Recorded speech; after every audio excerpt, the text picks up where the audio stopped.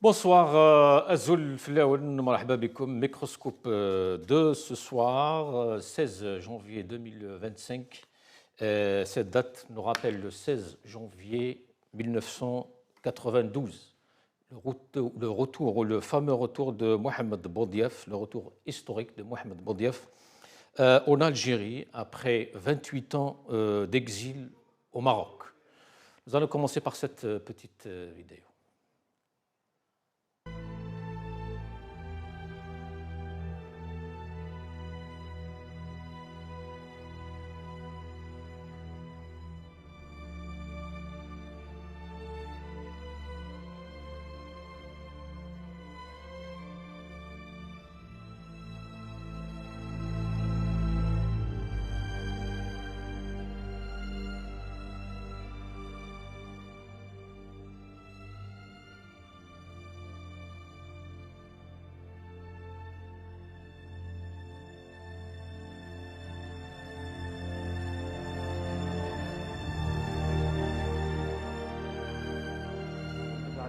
بارك الله وسامحك واليوم بخير ان شاء الله ان شاء الله تبقى بخير ويلقى الخير.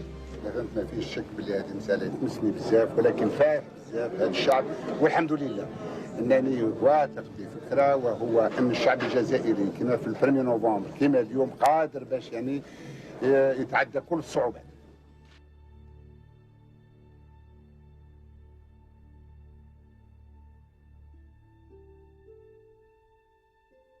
Avant cette époque, il n'y avait pas d'autorité de la loi. Il y avait une anarchie monstre en Algérie. Chacun se prétendait être le guide de l'Algérie. Les mosquées sont devenues des estrades où on faisait des professions de foi délirantes, et ainsi de suite. Cela n'existera plus. Quand un type se prétend être un musulman et que se permet d'envoyer des jeunes pour tuer d'autres jeunes de la même nationalité, ça, ce n'est pas notre islam. Mohamed Boudiaf, Allah yarhamou, je disais donc le 16 janvier 92 marque ce retour historique de Boudiaf en Algérie après 28 ans d'exil au Maroc où il avait fui en 1964 suite à des désaccords avec le régime en place post-indépendance. Ce jour-là, Mohamed Boudiaf, le 16 janvier 92, atterrit à Alger et immédiatement élu président du HCE, une instance transitoire créée par l'armée à l'époque. Mohamed Boudiaf assassiné 6 mois plus tard par ces mêmes personnes qui l'ont ramené ou qui l'ont fait venir un certain 16 janvier 92. Et cela, bien sûr, d'après les propos de son fils Nasser, lui aussi mort il y a quelques semaines. Allah yarhamou. Voilà, donc on va commencer par dire un mot sur Mohamed Boudiaf, son retour en Algérie, sa disparition bien sûr, son assassinat tragique. Et après, nous allons parler de Saïd Saïoud, ce ministre de l'Intérieur et ministre des Transports aussi en Algérie, qui a lancé une déclaration hier, du moins le FOC, j'allais dire, sur sa démission et sur justement les attentes du peuple algérien, pourquoi il est là, pourquoi le gouvernement est là, pourquoi le régime est là, et pour justement, c'est ce qu'il disait, hein, pour écouter et entendre le peuple algérien, ses revendications, ses doléances, etc. Nous allons donc revenir à ce discours populiste. Pour en parler, j'ai le plaisir d'accueillir Rachid Hassani, secrétaire national du RCD, chargé à la communication avec nous depuis Alger. Rachid, bonsoir.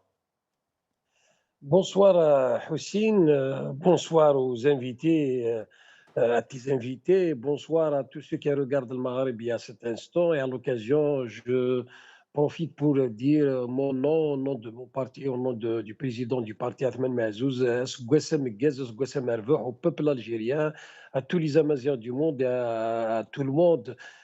Donc, bonne année tout le monde et merci pour l'invitation aussi. Merci Rachid. Bonne année, Sgoussem Guez. Avec nous aussi Mohamed Damzian Rahmoun, défenseur des droits de l'homme, universitaire. Mohamed Damzian, bonsoir. Bonsoir Hassine, je salue M. Hassani, Sgoussem Guez à tous les Algériens et Yarham Rabbi, Mohamed Boudiaf dont nous allons parler sous peu. Et bien sûr, je salue tous ceux qui nous regardent. Merci Mohamed Damzian. Rachid Hassani.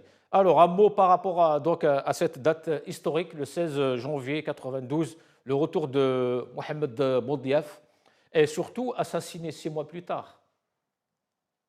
Oui, effectivement, d'abord, Allah yarhamou, je garde l'image de son retour.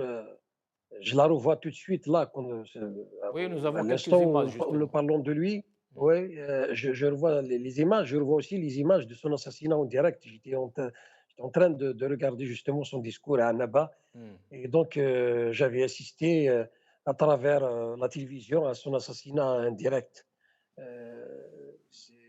Boudiaf était une personnalité historique, un moudjahid de grande classe qu'on ne peut pas résumer en quelques mots. En tout cas, son retour avait suscité un immense espoir pour le peuple algérien à l'époque, notamment pour ceux qui le connaissaient et qui connaissaient son parcours, mais aussi pour les jeunes qu'il avait su, à qui il avait su parler, à qui il avait su redonner espoir. Donc, Bouti avait un projet politique. Donc, c'était un projet d'un patriote algérien, d'un politique, d'un maquisard qui a voulu sortir l'Algérie de son ornière, et il était aussi celui qui voulait donc donner un prolongement au projet de la construction d'une Algérie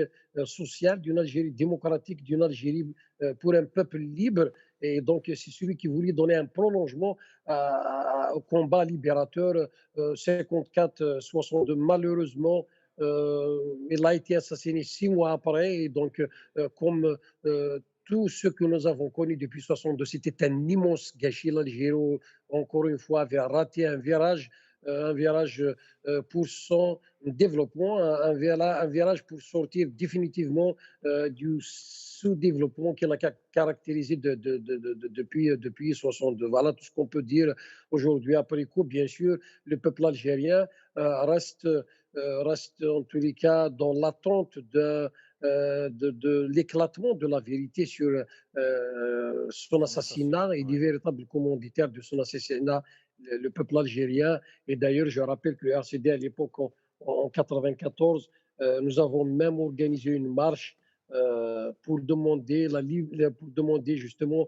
que toute la lumière soit faite sur son assassinat. Une marche qui a été justement visée par un attentat terroriste. Nous avons d'ailleurs perdu d'autres de nos militants à qui nous rendons et à qui je rends hommage aujourd'hui en mon nom et au nom de mon parti. Donc voilà, tout ce qu'on peut dire aujourd'hui, c'est que malheureusement, depuis 90 jusqu'à maintenant, l'Algérie continue à patauger dans le sous-développement, continue à se chercher, continue à espérer toujours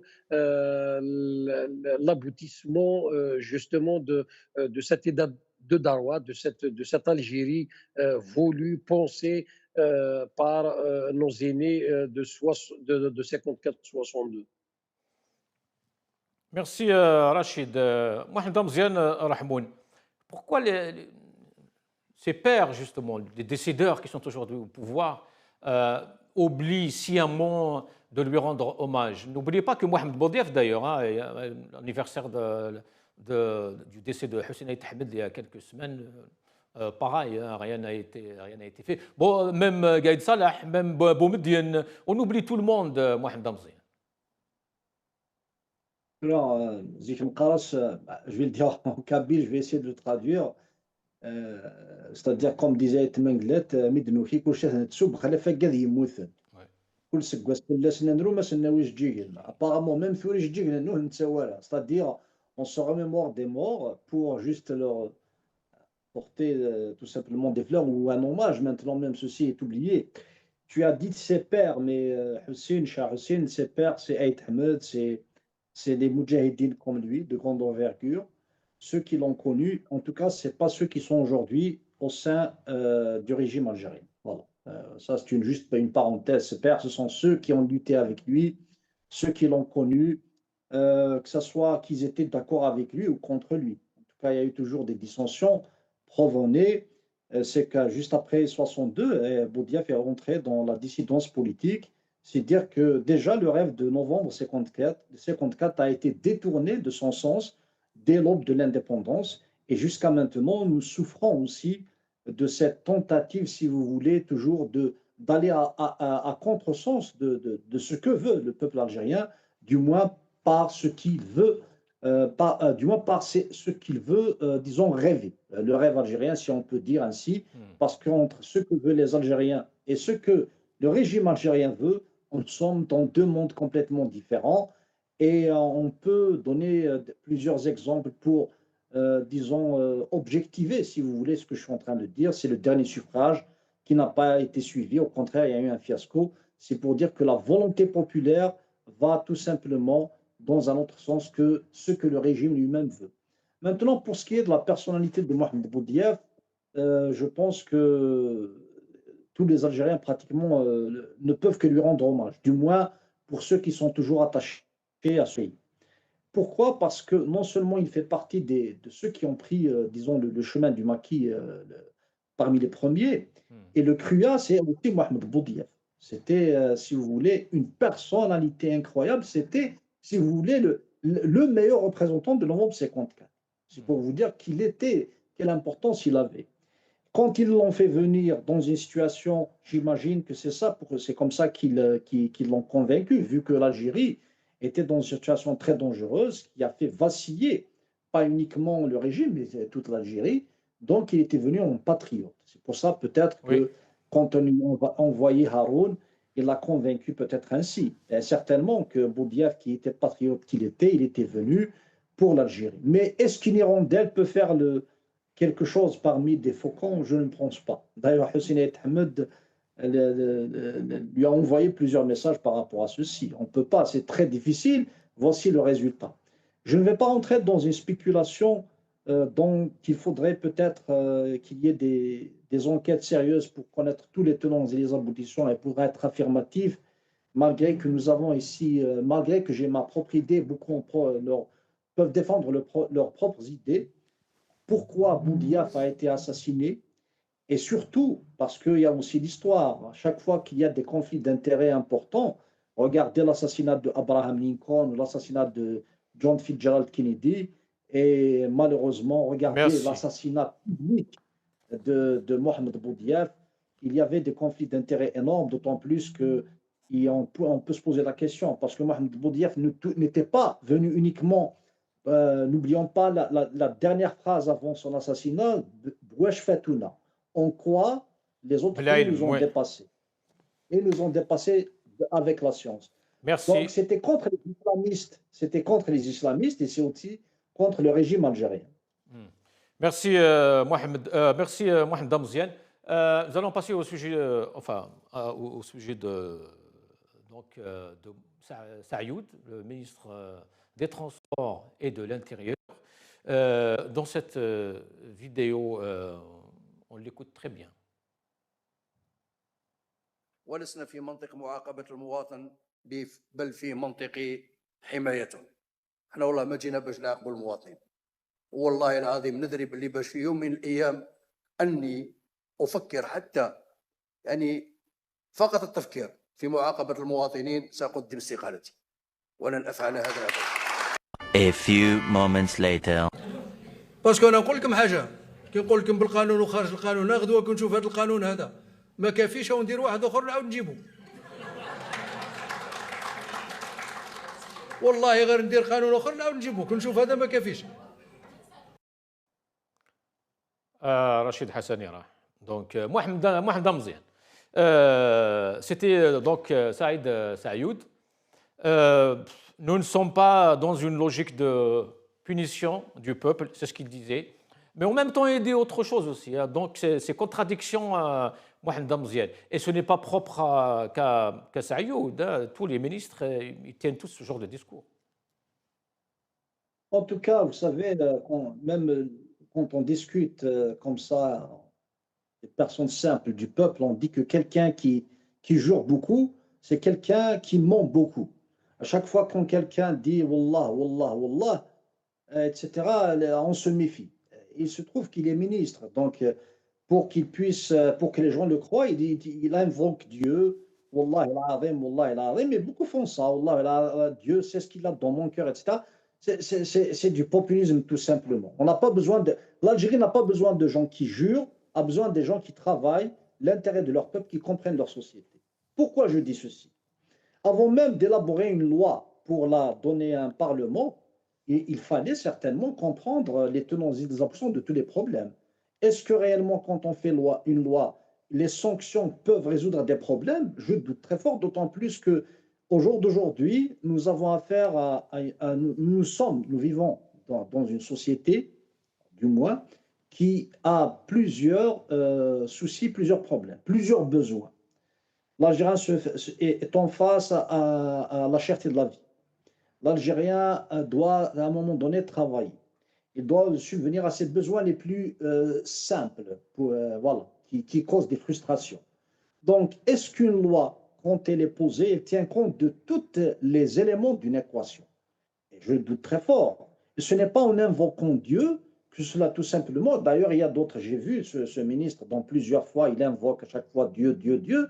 On dirait que c'est un calife. En même temps, il vous dit, moi, je n'ai peur que de Dieu. Voilà, et d'accord, avoir la foi, c'est magnifique. Mais mon cher, si vous êtes vraiment un ministre, vous êtes responsable devant votre peuple. Alors qu'ils oublient tout simplement, parce qu'ils ne sont pas légitimes justement, ils savent pertinemment qu'ils sont dans un gouvernement du fait de l'élection présidentielle précédente, qu'il y a une légitimité et une non-légitimité. Le Parlement lui-même, les Algériens ont boudé, donc il sait qu'il ne peut pas répondre de ses actes et de ses choix devant le peuple algérien. Quant au Parlement qui siège aujourd'hui, c'est un Parlement qui dit oui, c'est des bénis oui-oui, tout court, qui fait qu'il n'y a ni débat contradictoire, ni une remise en cause de loi. Et c'est pour ça que nous assistons, par exemple, au dernier mouvement de grève, qui a démontré qu'il y a un mécontentement. Et il suffit juste d'ouvrir les espaces d'ailleurs, vous allez peut-être être choqué si je vous dis, pas être choqué, mais dès qu'ils vont ouvrir les espaces, il y aura peut-être pas uniquement un hirak, plus qu'un hirak. Et c'est pour ça que ce ministre ou un autre ministre, quand il parle d'une manière assurée parce que quelque part, le peuple ne rentre pas dans le réflexe. Merci Mohamed Hamzian. Restez avec nous Mohamed Hamzian. Je reviens vers vous. Je pense que nous sommes rejoints par Rachid Hassani qui va partir dans pas longtemps. Rachid Hassani, rebonsoir. Rachid Hassani, alors ce rétro-pédalage sur le code de la route de la part du gouvernement, du régime, de tout le monde, hein, parce que nous avons écouté là Saïd Saïoud dans une vidéo. Il était le Saïf el-Hajjaj, dans l'autre, après les manifestations, le boycott, les grèves des transporteurs, le discours a changé. Là, on est en train de parler donc de renvoyer ce code de la route au calendrier grec, etc. Rachid Hassani. Il faut toujours le rappeler pour se rendre compte combien l'illégitimité peut ne pas permettre à un gouvernement d'exercer un pouvoir, même s'ils ont le pouvoir. Ce régime a le pouvoir, effectivement, mais il n'arrive pas à l'exercer par faute de légitimité, ça de un. Les paroles de ce ministre, comme d'autres d'ailleurs, c'est l'image parfaite et la plus éloquente du niveau de la compétence ou de l'incompétence auquel nous sommes arrivés, auquel le régime est arrivé aujourd'hui. C'est vrai que c'est un gouvernement qui navigue à vue, c'est un gouvernement qui n'a pas de cap, c'est un gouvernement qui prend des décisions incongrues et réfléchies et qui impacte sérieusement la quiétude, qui impacte sérieusement la dynamique économique, si dynamique il y a, et c'est des décisions qui mettent en péril justement la stabilité sociale comme celle que nous avons vécue dernièrement avec toutes les grèves qui étaient la conséquence justement de cette décision justement d'augmentation, de décision de cette nouvelle loi du code de la route qui est un code qui qui devient un code martial. Moi, je vous fais le témoignage personnel. Moi-même, à la lecture de ce code, j'avais pensé à un certain moment de garer le véhicule, de mettre la clé sous le paillasson, parce que si c'est un code qui menace les Algériens, menace les conducteurs, du fait que dans ces dispositions, c'est un code martial, c'est un code qui peut impacter effectivement tous les chauffeurs d'une manière très sévère. Voilà. Donc, et puis, nous assistons effectivement à du charlatanisme, à l'exploitation, l'utilisation, l'instrumentalisation de la religion par ces ministres, par Diwali, par des responsables. Donc, c'est une utilisation éhontée de la religion, alors que nous avons besoin de responsables et de dirigeants qui doivent rendre compte à leur peuple, qui doivent rendre compte au Parlement et qui doivent agir dans le cadre qui a été balisé, fixé par la loi, par la Constitution, par les lois organiques et autres. Voilà. Donc, Et depuis Rachid, 62.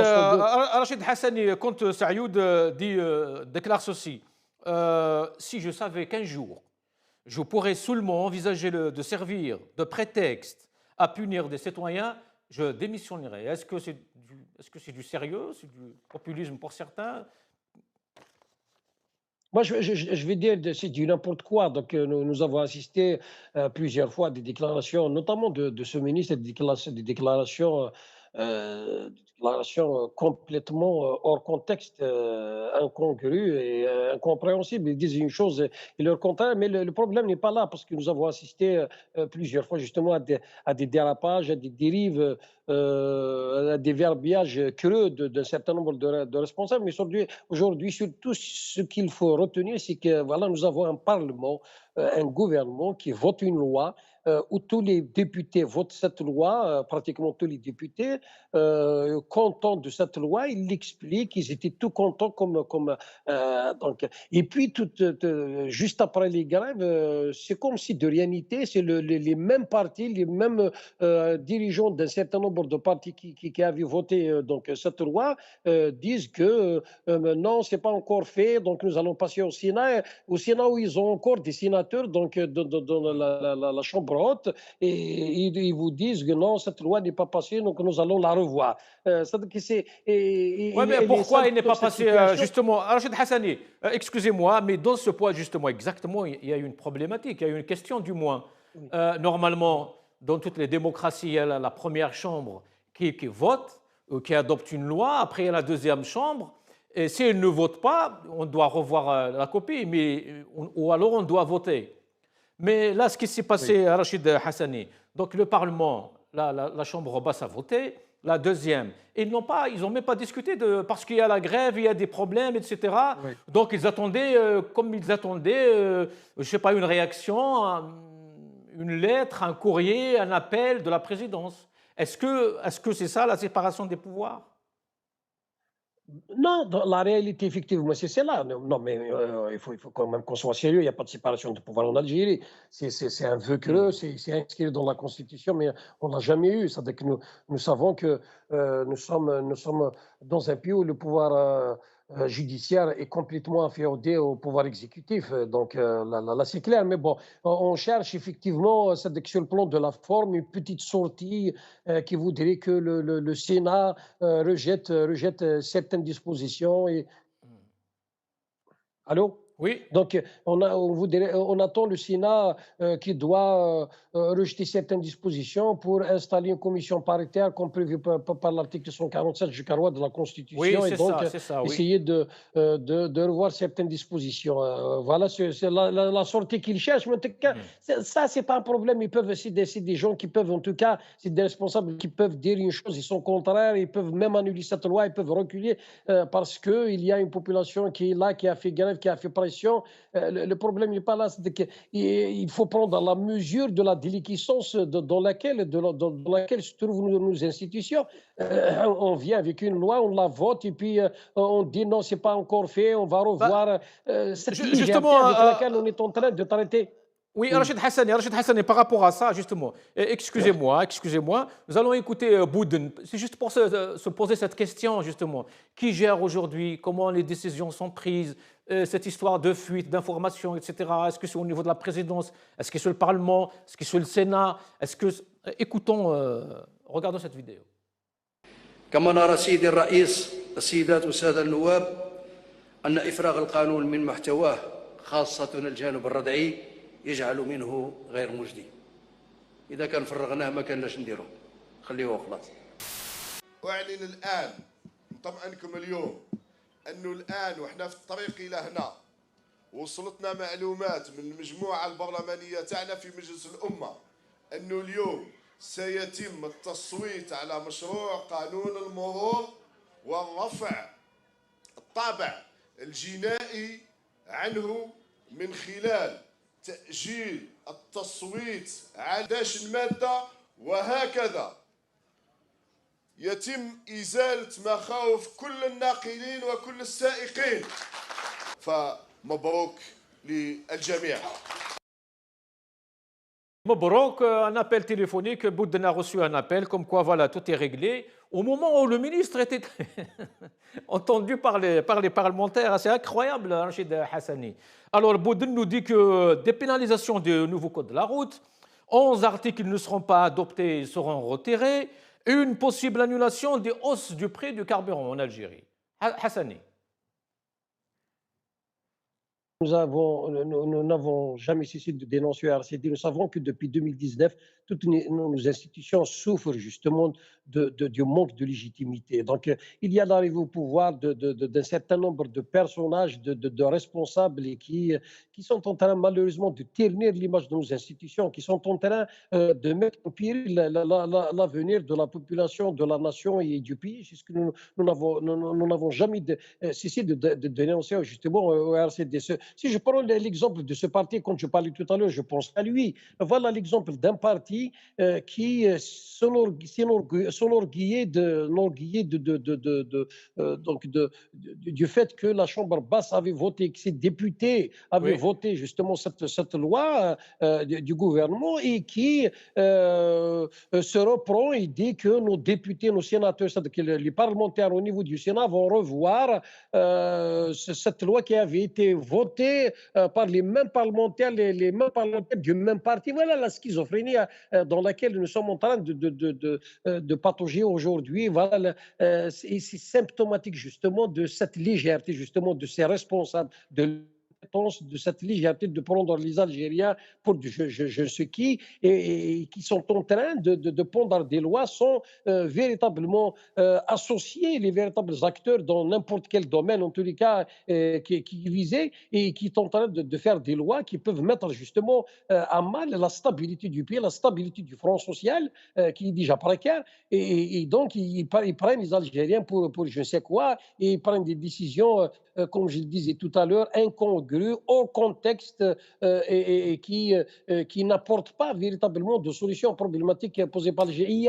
Il y a certainement beaucoup de lois qui doivent être votées pour améliorer le quotidien des Algériens, mais ils trouvent tout le loisir, ces députés en tous les cas, d'aller chercher dans des questions secondaires qui ne sont pas les priorités du moment et qui créent d'autres problèmes. On a l'impression qu'ils le font exprès pour se détourner des véritables questions, des véritables préoccupations des citoyens algériens qui aujourd'hui demandent justement la liberté d'expression, la liberté d'activité politique, demandent à ce que demandent une relance sérieuse et économique pour créer des emplois, créer de la richesse, redistribuer du pouvoir d'achat aux Algériens. Aujourd'hui, les Algériens souffrent d'un pouvoir d'achat qui est malheureusement malmené et donc ce gouvernement ne trouve rien, ce parlementaire ne trouve rien que d'aller chercher, fouiner dans des sujets accessoires, dans des situations qui n'apportent pas véritablement de solution aux préoccupations immédiates des Algériens. Merci Rachid Hassani. C'est moi qui vous remercie. Merci Rachid Hassani, secrétaire général du RCD, chargé à la communication, était avec nous depuis Alger. Mouhda Mziane Rahmoun. Alors sur cette déclaration, vous avez écouté la vidéo, donc les deux déclarations de Sayoud et de Bouden. Les Algériens se posent la question tout à fait logique, Mohamed Damzian, qui gère vraiment en Algérie? Quand le ministre des Transports parle d'une éventuelle adoption, etc., on ne sait pas qu'est-ce qui se passe, ce qui va réellement se passer dans ce dossier. Nous avons un Bouden, juste un secrétaire général d'un parti politique, et qui donne la solution, qui reçoit un appel. C'est bien. En tout cas, vous savez, nous avons parlé de l'illégitimité, mais on peut rajouter autre chose, c'est l'incompétence. Voilà, parce que quand un ministre, à chaque fois, il pense que... Il y a une citation qui dit quand il y a la police partout, la justice est nulle part. Moi, je dirais quand il y a beaucoup de lois pour gérer une société, rassurez-vous qu'il n'y a pas il n'y a pas aussi une justice dans cette société. Donc, ce n'est pas faire des lois, encore c'est des lois sévères, c'est des lois dignes des autocraties. Et ceci rajoute un tout petit peu au climat de peur généralisé qui existe, un tout petit peu pour rendre la société un peu plus fragile. D'ailleurs, il y a eu un mouvement de grève corporatiste. Ceci est un bon indicateur, c'est-à-dire les Algériens savent maintenant que s'ils sont bien organisés, ils peuvent fléchir même le régime autocratique. Donc, pour revenir qui gère en Algérie, nous pouvons dire que le personnel politique que nous voyons aujourd'hui ne peut pas être, même parce que par son incompétence et le fait qu'il n'arrive pas à comprendre sa société, donc des lois doivent aller dans le sens déjà nous avons compris notre société, nous avons des objectifs à atteindre, après il faut l'encadrer, effectivement par des structures politiques et bien sûr par des lois. Or, si on va analyser tout ce que je viens de dire, on s'aperçoit que déjà les partis politiques proches du pouvoir, on vient de les critiquer, ils ont été toujours critiqués. À chaque fois qu'il y a une occasion pour parler de ces partis qui gravitent autour du pouvoir, ils ne peuvent prétendre à vraiment être représentatifs de notre société, d'autant plus qu'ils représentent le régime ou des ailes du régime algérien. Quant au régime lui-même, il est dans une situation fébrile. Il sait que le contexte international est très difficile. Il sait qu'il est en quête de légitimité qu'il n'arrive pas à atteindre parce que la façon que les choses sont posées, y compris par comment que le président algérien est devenu président, comment que ce gouvernement est devenu gouvernement, comment ce parlement est devenu parlement. Donc, quelque part, les parlementaires et tout le staff politique savent pertinemment qu'ils n'ont pas de légitimité et ceci joue alors en contre. Et encore, même les décisions qui pouvaient donner de l'apaisement un tout petit peu, vu la conscience des Algériens que le monde est dangereux, et alors ils savent qu'il y a véritablement de véritables dangers, donc par exemple une méthode d'apaisement pour un tout petit peu rassurer la société, etc. Et c'est la libération des détenus d'opinion, de Chérif Mellel, c'est la première de toutes les mesures, ça ne s'est pas fait.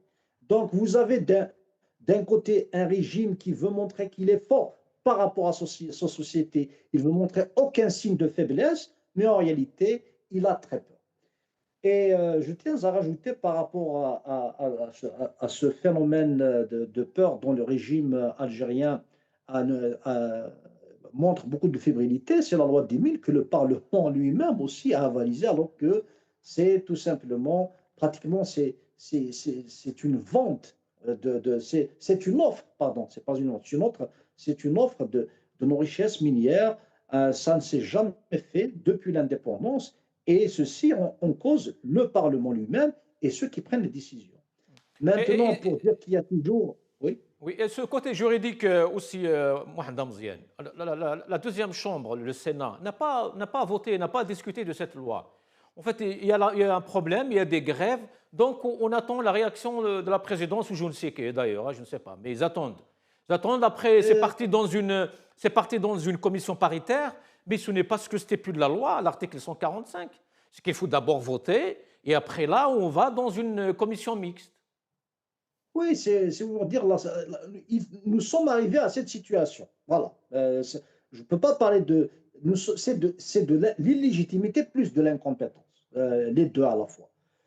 Avant, le oui, régime, quand même, il a... On fait quoi de l'état de droit, Mohamed Damzian, la séparation des pouvoirs? Quand une chambre, là on parle quand même, on parle de la justice, on parle de l'exécutif, on parle, On ne peut pas quand même, ce n'est pas le Khabar, ce n'est pas le soir d'Algérie, c'est sérieux. C'est les instances de l'État.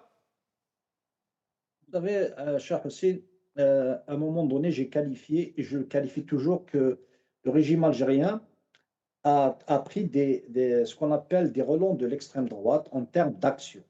Oui. Les extrêmes droites, un peu partout, ne respectent pas l'état de droit. Ni les droits de l'homme, ni l'état de droit. Ils s'en foutent éperdument. Au contraire, allant un peu plus loin, d'une manière un peu plus globale, Donald Trump ne respecte même pas le droit international. C'est pour vous dire à peu près la philosophie de ce genre de personnage, ou bien sûr représenté par un personnage, mais de système. Aussi, ils utilisent toujours ils font toujours un référentiel par rapport à la religion.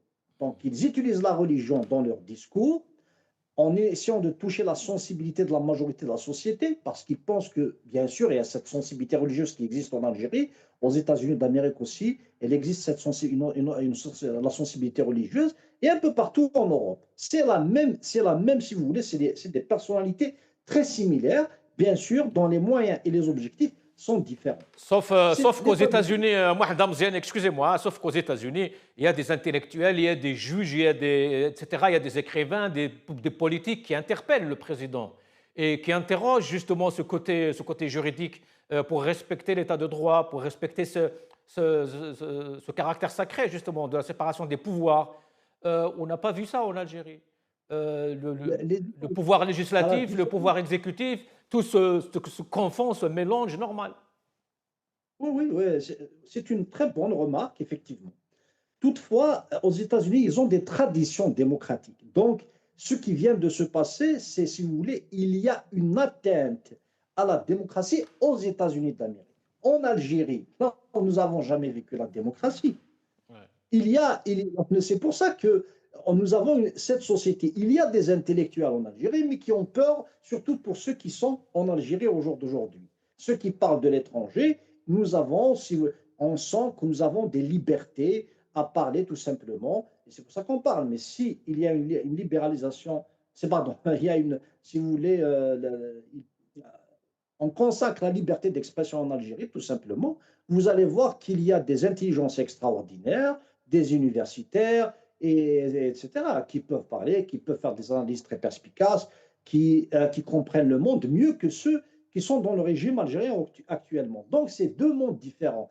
Là, les extrêmes droites dans des pays démocratiques qui reviennent en force veulent faire agenouiller l'état de droit. Et c'est très grave aux États-Unis d'Amérique, parce que quand même, les pères fondateurs des États-Unis d'Amérique, certains parmi eux sont passés comme étant des références, effectivement, comme Benjamin Franklin ou Jefferson. Voilà. Mais n'empêche que la situation est telle qu'elle. En Algérie, ça a été toujours l'état de droit est antinomique au régime. La démocratie est antinomique au régime. Les droits de l'homme antinomiques au régime. Donc, ils sont dans leur logique. Au contraire, même dans l'Algérie nouvelle. Oui, ils prennent un autre virage très dangereux. Attention, c'est Jazair al-Jadida al-Muntasira, attention, j'ai parlé dans une émission qu'il y a une alliance avec les islamistes et j'en suis convaincu. Tout ce qu'on est en train de voir, parce que on le voit même dans le langage de tous ceux qui parlent pour le régime algérien. Ils ont infiltré le FLN, ils ont infiltré le RND, le Hamas, il est déjà dans ce sens, ils ont infiltré le régime, et maintenant, on ne sait pas vers quelle Algérie on y va. D'autant plus que sur le plan international, il y a cette volonté de former des groupes civilisationnels qui me rappellent le livre sur le choc des civilisations. Merci, Mohamed Mziad. Attendez, je vais continuer l'idée. Oui. D'autant plus que les néoconservateurs russes, dont on ne parle pas beaucoup, eux aussi souhaitent d'une formation de groupe civilisationnel. À l'exemple de Dugin, quand on voit ses paroles, etc., il voudrait bien que le monde musulman aussi s'organise. Mais est-ce que le monde musulman, intellectuellement tel qu'il est maintenant, est capable d'offrir une alternative à leur peuple? Et malheureusement, vu qu'il y a des fermetures, l'interdiction du débat contradictoire, donc il faut une autre émission pour ce sujet à Mohamed Mziad. Nedwa après. Nous allons encore une fois regarder cette vidéo. طرقات مهترئة وقطع غيار السيارات غير موجودة، واستيراد السيارات يعني حكومة 3 سنين دفتر شروط ما قدرناش نديروه في ظل تدهور وتخلف القطاع النقل العمومي. ثم غير ممنوع موان 3 ممنوع موان 5 ممنوع تجيبوا لي بيس من شنو نجيبوهم؟ الحظيره راهي مهترئه. دخلها على الاقل اون فوا بار سيمان، خطره في السمانه ندخلها، ما كاينش لا بياس هذه اللي خلات الكريشه، ما كاينش ولا بلا راح واد وخلاص، ما كاينش الترونسبور يحبس. نقول باللي باش يعني اكثر من 90% في الحوادث فهو غالبيه الاحيان تهور، فندعو مره اخرى يعني السائقين تاعنا يتحلوا بالصبر ويتحلوا بالمسؤوليه اتجاه المواطن. قبل كل شيء انا قلت باللي باش يعني لازم السائقين يكون عندهم يعني لازم تكون عندهم روح المسؤوليه. A few moments later. انا اقول واتحدث بكل اخلاص وبكل صدق وبكل امانه، ولا اخاف شيئا الا الله سبحانه عز وجل. والله العظيم يوم ان احس بلي باش انا مسؤول على حاجه اتحمل مسؤوليتي كامله. فان لم تقم باتخاذ الاجراءات التي تحمي المواطن من مثل هكذا يعني امور فانت تصنف معه وستسال مثل ما يسالون. Pourquoi nos dirigeants n'ont pas cette conscience professionnelle de servir vraiment la patrie? Pourquoi à chaque fois il faut aller dans la rue, il faut des manifestations, des grèves, etc. pour qu'un responsable puisse tenir un discours plus ou moins correct? Et voilà, faut qu'il l'ait au calme. Nous sommes arrivés à une situation, justement, c'est pour ça qu'il y a ce genre de ministre. En fait, l'Algérie est arrivée à ce que ce genre de ministre existe. Avant, dans le régime algérien, il y avait des compétences qui maniaient le verbe, les chiffres, qui faisaient des projets, qui avaient même des idées. Oui. C'est pour ça, quand même. Quand on est contre, on n'est pas contre, mais on doit reconnaître qu'il y avait des intelligences qui, même arrivaient à rivaliser dans le monde à leur époque. Mais au jour d'aujourd'hui, malheureusement, et le Parlement et les ministres, c'est à cause de ça, à cause justement comment qui fait le système. Vous allez remarquer que dans l'armée, il y a des personnes qui entrent par le ma'rifa, par le piston, la bosse métallique, chieta, pour être député par-ci, pour se frayer un chemin dans son parti, dans les institutions. Ça crée donc un personnel, malheureusement, qui ne peut pas répondre à une réalité qui est au jour d'aujourd'hui insistante. Nous ne sommes plus dans les années 80-90. Au jour d'aujourd'hui, il y a un monde d'impérialisme, c'est un monde de concurrence extraordinaire, effrénée, vers la conquête des richesses minières, des espaces géopolitiques importants, stratégiques, et l'Algérie s'amuse effectivement toujours à tourner en rond avec des lois qui ne reflètent pas réellement la réalité des Algériens. Un peuple qui a tant souffert, ils doivent le respecter. Mais non, ils continuent dans leur lancée de 2019 à maintenant. Ils pensent qu'ils sont dans la bonne voie, alors qu'on se rend compte que le monde aujourd'hui, même les pays les plus puissants que l'Algérie, dont souvent, je vais parler de la France, arrivent assez pertinemment qu'il est dépassé et ils arrivent aussi à se juger. Mais là, il y a une liberté d'expression, donc il y a une opposition, y compris même au sein du régime, à travers les aveux même du président français. On se rend compte que malheureusement, même pour eux, c'est tardif, parce que c'est une question d'équilibre. Donc, si des pays comme la France admettent qu'ils sont en train de perdre un équilibre en termes de puissance, donc que dire de l'Algérie? Et nous avons un personnel politique qui pense qu'il a le temps.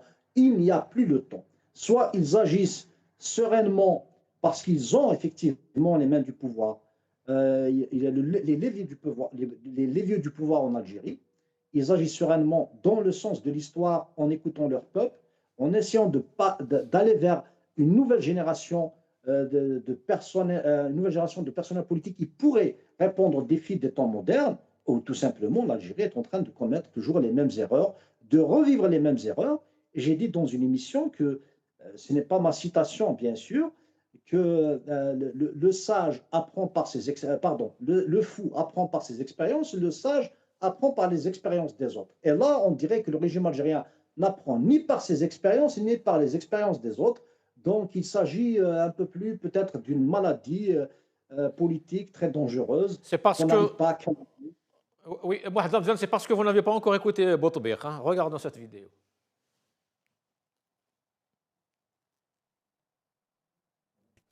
جاء مشروع القانون في اطار رؤيه حكومه، في اطار مقاربه اننا كيفاه نمنع هذه الحوادث وليس نعاقب المواطنين. جاء هذا القانون، الاخوان مهما كانت هذا رانا نتعاملوا مع قاعده عامه، اقول مع كل الجزائر والجزائريين وبكل مسؤوليه. اليوم مشروع القانون هذا لقى احتجاجات، وراه المشكل لقى احتجاجات، ما نميعش الامر، ما نتفاش الامر، ما لا نتنابز في المنابر، لا نتهم بعضنا البعض. Madame, voilà, ce projet de loi ou cette loi pose des problèmes, et ben, on va régler tout ça, on va réparer tout ça, c'est pas grave. المهم المشاركة دونك c'est normal. C'est-à-dire si c'était un film, un sketch, on va rigoler quand même. Mais on dirait un sketch.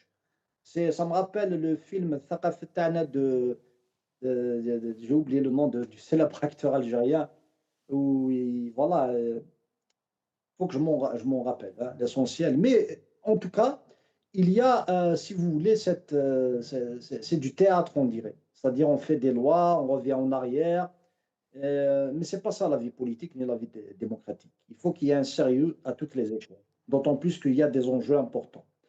Moi, je pense que le peuple algérien est un grand peuple parce qu'il a compris, malgré qu'il y a toujours au sein même de la population des populistes. Et les populistes existent dans le régime algérien et dans l'opposition algérienne. Des populistes, c'est-à-dire des gens qui tiennent des paroles comme ça pour galvaniser les foules en essayant de leur plaire, mais sans aucune analyse sérieuse ni profonde. Ils existent, ils pilulent, malheureusement, ils induisent en erreur, mais la majorité du peuple algérien, il a démontré de la sagesse incroyable sur le plan politique. Il ne s'est pas emporté malgré qu'il souffre, malgré qu'il souffre. Il y a des familles à ce jour qui ont leurs enfants en prison et qui n'arrivent même pas à accepter ceci, ils ont raison. Malgré tout ça, ils ne sont pas allés vers tout simplement défier les autorités. Ceci est de la grandeur, ce n'est pas de la lâcheté du peuple algérien. Malgré qu'il y a des personnes et des groupes qui veulent les inciter à aller dans la rue, coûte que coûte, à en découdre avec le régime algérien. Aller dans la rue dans des conditions où il y aura un changement démocratique sérieux, effectif. Le peuple algérien ne doit pas être l'instrument de la destruction de l'Algérie pour donner l'Algérie et l'enlever du main d'un régime autocratique et le donner à un autre régime autocratique plus dangereux qui n'arrive même pas à se réformer, à comprendre l'histoire, il ne veut même pas avancer. Et c'est pour ça que ce peuple, on peut être qu'admiratif. Voilà. Parce qu'on a beau l'intimider avec des lois, on a beau le réprimer, mais il garde la tête froide et j'espère qu'il va se libérer de la manière la plus noble possible par une transition démocratique pacifique.